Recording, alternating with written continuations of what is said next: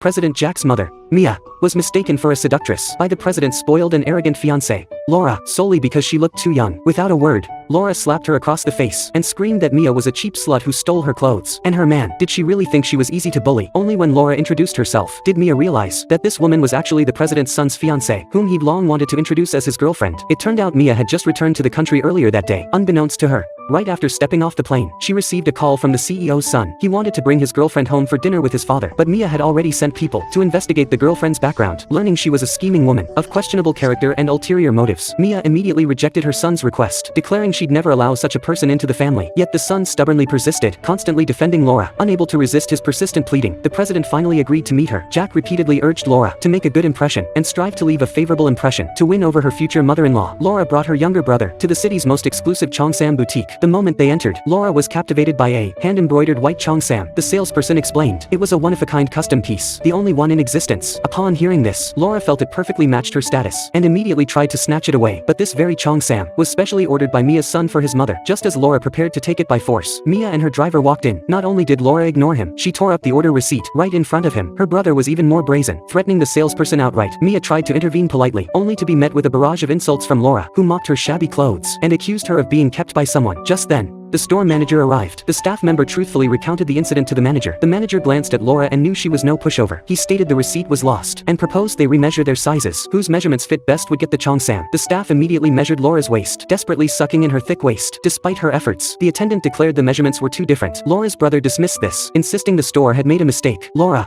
unconcerned with fit, demanded the dress be hers regardless. Mia countered that Jack had specially ordered this dress for her, and she wouldn't let it be taken by force. Upon inquiry, they learned the Jack Mia mentioned was none other than Laura's fiancé. Her brother instantly suspected her future brother-in-law was cheating behind her back. Laura refused to believe it, convinced this Mia had seduced her fiancé. By then, the saleswoman had already packed the Cheongsam for Mia. As she prepared to leave, Laura called out to her. Before Mia could speak, Laura slapped her across the face. She screamed that Mia wasn't just stealing her clothes, but also her man. She called Mia a mistress who had no right to demand compensation. Mia retorted that she wasn't a mistress, she was Jack's mother. But Laura and her brother refused to believe her, mocking her for deluding herself. To expose Laura's lies, Laura immediately called Jack. On the line, Jack was frantically searching for his mother, urging Laura, if you see an elegant, beautiful woman, don't offend her, that's my mom. This plea only fueled Laura's jealous rage, convinced Jack was lying for his lover. In the struggle, the pink diamond fell from Mia's bag. The shopkeeper instantly recognized it as the Star of Africa diamond featured in news reports. Laura's brother felt a pang of guilt, but Laura insisted the diamond was fake. He picked up the stone and approached Mia menacingly, threatening to smash her skull with the fake diamond. The next moment, he actually swung the diamond down. Mia collapsed on the floor,